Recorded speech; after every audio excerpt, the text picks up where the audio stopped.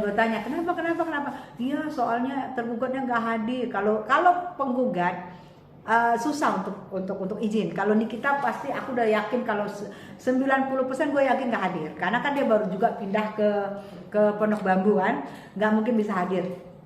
Nah, aku melihat tayangan sebelumnya lawyer dari tergugat mengatakan bahwa akan hadir.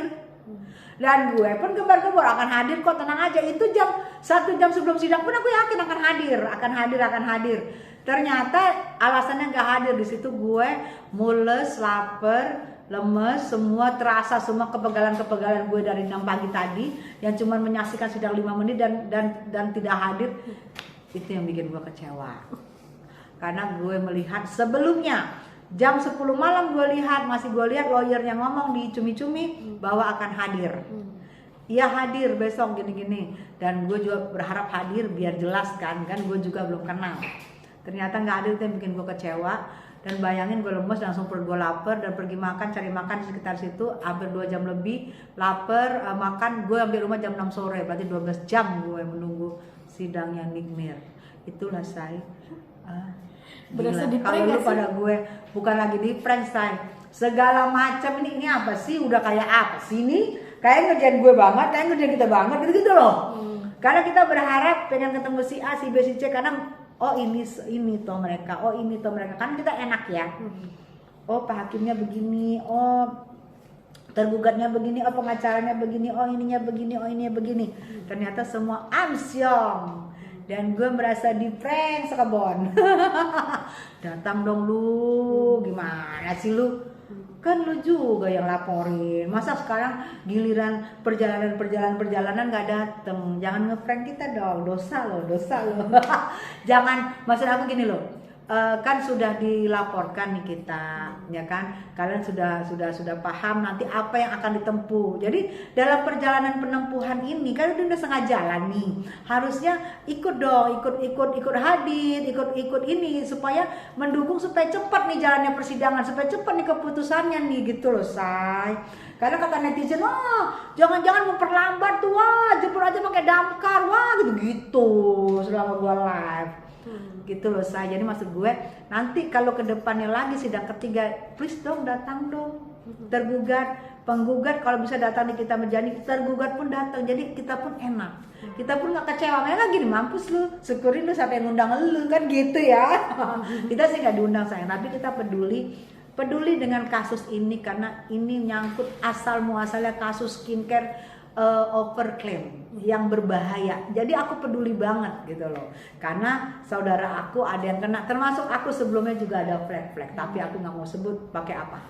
Gitu. Oke, Kak, menariknya ini juga mengatakan dari pihak lawyer pas dikonfirmasi setelah sidang ya, tidak wajib datang tuh dari awal sampai akhir, sudah dikuasakan ke kuasa hukum. Kamu sebagai sahabat atau mungkin orang yang mendukung kasus ini, dengarnya gimana sih? Oke, nggak wajib datang. Tapi kenapa malamnya bilang mau datang? Aku malamnya lihat YouTube itu bilang mau datang loh. Ada juga di cumi-cumi juga ada. Aku lihat dia besok datang di sidang kedua, datang loh. Bang Anus lu ngomong datang loh. Gara-gara itu makanya gua juga datang. Kalau Nikmir aku udah pasti nggak datang. 90% aku tahu datang. Tapi karena aku melihat wawancaranya lawyer bilang datang. Iya datang besok ini, gue datang. Kalau wajib nggak wajib datang, menurut gue gini. Kayak kemarin. Tapi buktinya hakim bilang gini kemarin, ya udah kita tunggu kapan tergugatnya bisa punya waktu dan penggugat bisa punya waktu untuk mediasi. Berarti kan hakimnya juga berharap datang. Betul. Gitu loh. Karena yang gue dengar, kalau gue nggak salah dengar, kalau gue kecongean ya, berharap datang penggugat atau tergugat biar bisa ada mediasi karena nanti akan dimediatorin oleh sana. Kan pengadilan negeri juga ada mediatornya. Nah kalau misalnya tidak wajib datang, kenapa harus ada mediator gitu loh. Jadi maksudnya prinsipal penggugat, prinsipal tergugat datang kan enak, maunya apa nih? Damai, lanjut gitu loh. Kan lebih enak karena mereka dirinya sendiri, bukan diwakil-wakilkan. Kan jauh lebih apa ya? Jauh lebih struggle, jauh lebih keren. Gue bertanggung jawab. Gue melapor, gue akan hadir, apapun akan gue tempuh. Ini kan perjalanan semua menuju asal muasalnya dari laporan yang pertama, laporan DRG.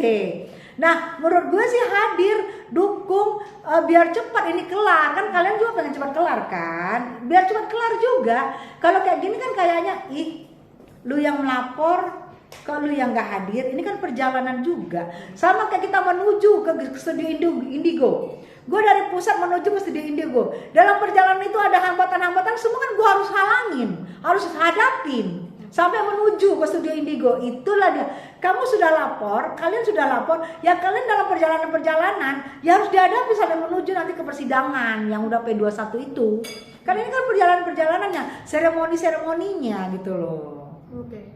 Nah, menariknya pihak sana ngomongnya gini, ngapain klien kami datang kalau dari pihak sana aja tidak bisa datang. Kalau pihak sana datang nanti kita juga datang. Nah, gimana pihak sana datang, kan pihak sana Anda tahan dengan laporannya.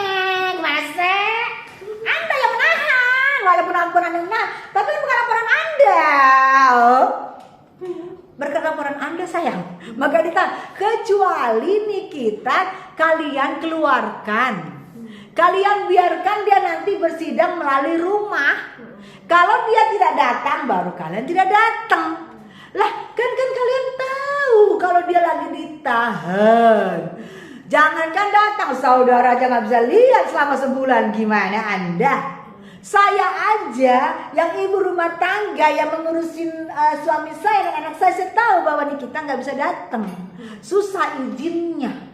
Dan kemarin juga masalah Surabaya juga nggak datang, pakai zoom. Aduh, pura-pura dalam perahu ya, pura-pura nggak tahu ya. Aduh, ini yang bikin pengen jubit deh, kesel. Udah tahu nggak mungkin datang. Susah lah prosedurnya. Kecuali nih ya, Anda minta dengan pengadilan. Kalau penggugat datang prinsipal, tergugat datang prinsipal, biar bisa pengadilan bersurat untuk hadir, wajib hadir. Kalau permintaannya gitu. Nah, kalau kayak gitu kan, aduh, kita kayak ngomong sama ini ya. Kayak ngomong sama hobi Pak, kayak anak-anak kita ngomong. Aduh, gimana sih, Bang? Nah, menariknya kakak tuh kemarin juga sempat berstatement mendukung kita ya. Di IG itu ada beberapa statement yang menarik nih, menarik perhatian. Selain itu kakak juga sempat berkomentar dengan Bang Ricky tentang kasus ini gitu. Kenapa sih Kak kok tiba-tiba bisa Anda tuh bisa duet berdua? Gimana ceritanya? Bang Irjen Ricky Sitohang. Betul. Oh, oke. Bang Irjen Ricky Sitohang itu ya pernah saya live bareng sama Bang Ricky membahas tentang, aku bertanya kan, dia kan ahli hukum ya, ahli hukum, lawyer. Aku tanya, Bang ini gimana kita duet? Oke, benar. Karena aku pikir antara lawyer dan artis itu sebenarnya berteman yang baik. Karena kita butuh lawyer juga nanti kalau suatu saat akan membantu artis. Jadi gue berteman sama Bang Ricky. Jadi kita live bareng dan situ kita ngomong, dan menurut gue Bang Ricky ini dukung Nikita Mirzani. Dan menurut gue juga pengen tahu ini gini mana Bang, ini gimana seperti banyak beredar di YouTube ya, bahwa benar gue ada duet bareng sama Ricky, Bang Irjen Ricky, karena untuk ngebahas tentang kasusnya Niki, dan gue pengen nanya gitu supaya netizen gue yang ada di akun gue supaya gini, dan mereka bisa bertanya juga gitu, gue menjembatanin. Lalu dirimu kan paling vokal dalam mendukung Nikita gitu. Dan ada juga pendapat-pendapat lain perihal tentang kasus ini mengatakan bahwa kalau kasus ini tuh sebenarnya harus ada perjanjian nih, tapi dirimu kan yang dimana juga mungkin suka endorse juga ya, betul. Mungkin sistem endorse tuh bagi entrepreneur kayak kamu begitu gimana sih Kak? Maksudnya prosesnya apakah memang betul harus diwajibkan ada hitam di atas putih atau seperti apa? Oke.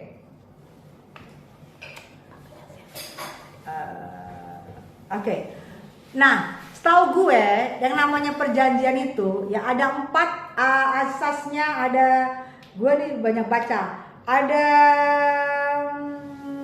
ada unsur-unsur dalam pasal itu. Kalau perjanjian itu pasalnya 1320. Pasalnya 1320, jadi unsur-unsurnya yang bisa dipenuhi itu ada 4.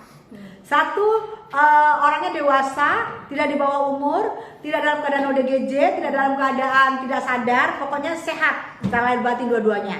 Terpenuhi nih, RG sehat, NM sehat. 2, cakap secara sadar bahwa adanya kedua belah pihak. Adanya kedua belah pihak. Pihak RG dan pihak NM ada. Lewat. 2, mereka dalam keadaan dewasa, tidak anak kecil, tidak di bawah umur, tidak ODGJ. Lewat, ya. 3, adanya barang. Barang yang akan dijanji, yang istilahnya apa nih yang akan dijanjikan, adanya itu. 3. Terus 4, adanya klausal yang halal, bahwa barang yang akan kita bikin perjanjian ini dalam keadaan halal, artinya tidak bersengketa. Tidak bersengketa. Nah kan skincare-nya tidak dalam keadaan bersengketa, tidak dalam keadaan itu menuntut. Jadi 4 dari yang 1320 itu sudah terpenuhi menurut gue. Gitu loh. Kalau gue baca juga. Menurut gue 4 itu udah kepenuhi yang untuk 1320 itu. Gitu loh. Jadi kalau misalnya nih ya, oh tidak bisa, harus pakai matre. Oke, matre. Kita kan zaman dulu kan kita pakai ini. Karena menurut gue zaman dulu itu belum adanya kecanggihan teknologi. Sekarang kan teknologi sudah canggih. Lu tidak bertemu pun di Amerika sana. Di Amerika sana kita kalau mau bikin perjanjian, gak mungkin orang Amerika turun juga. Ada sistem sekarang, sistem by phone. Oke ya, ini deal. Gitu loh. Jadi nggak perlu juga kita langsung pergi mencari kertas. Yang mana sekarang kelurahan sudah menyediakan kertas karena semua serba online. Dan capek-capek kita mencari materi kemana-mana. Itu zaman dulu begitu mama gue. Mama gue begitu mencari materi karena ada burung Garuda. Jadi katanya ini perjanjian harus ada burung Garuda. Berarti ini katanya negara mengetahui itu perjanjian apa. Beli barang. Sekarang aja sertifikat gue elektronik loh.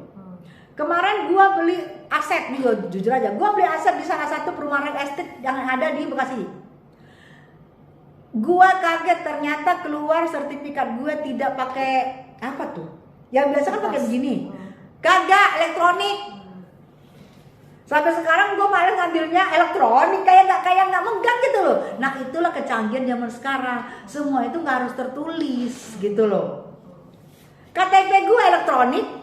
Gue kemana-mana udah nggak bawa fisik lagi, elektronik, ke bandara gue bawa elektronik dan berlaku. Kecanggihan zaman ini kan diikuti. Nah mungkin sekarang perjanjian itu mungkin menurut RG, ya udahlah penting perjanjian melalui iPhone, udah bisa.